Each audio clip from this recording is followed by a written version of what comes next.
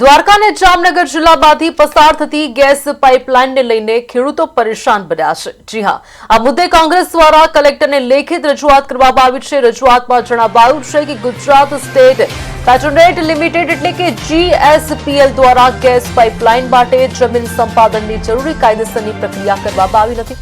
Company દ્વારા વર્ષ 2005, 6 અને 2022 અને 23 સહિત કુલ 5 જાહેરનામા બહાર પાડવામાં આવ્યા છે, પરંતુ જાહેરનામા પહેલા કરવી જરૂરી જોઈન્ટ મેનેજમેન્ટ પ્રક્રિયા કરવામાં આવી નથી તેવા આક્ષેપ કરવામાં આવ્યા છે।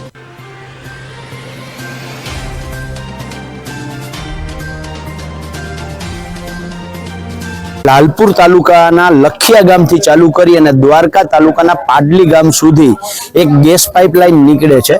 आ गैस पाइपलाइन नी जाहेरनामું 2005 માં, 2006 માં, 2022 માં, 2023 માં, 2025 માં એમ ટોટલ 5 જાહેરનામા આવ્યા છે અને આ પાંચેય જાહેરનામાની અંદર જે ખેડૂતોનું ખેતર આવે છે એ ખેડૂતોનો તો ક્યાંય એમાં ઉલ્લેખ જ કરવામાં નથી આવ્યો।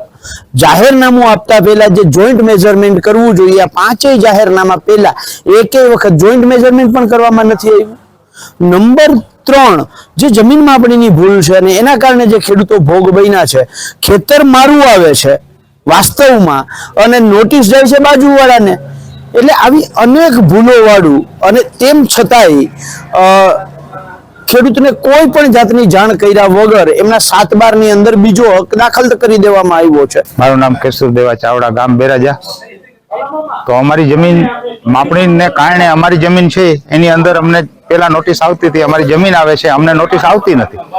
તો જમીન બીજાના ખાતામાં પૈસા જમા થાય, જમીન બીજાની આવે તો અમે એને માટે અમારી કઈ ઘીસણ ના થાય તો પેલા તો જમીન માપણી રદ કરી અને જમીન માપણી કમ્પ્લીટ કરીને તે પછી અમને અમારી જમીનમાં દાખલ થાય એવી અમે પાલભાઈ આંબલિયા, અમે બીજા ખેડૂત આગેવાનો અમે બધા નડી અને કલેક્ટર સાહેબ આગળ રિક્વેસ્ટ કરી અને દલીલ કરી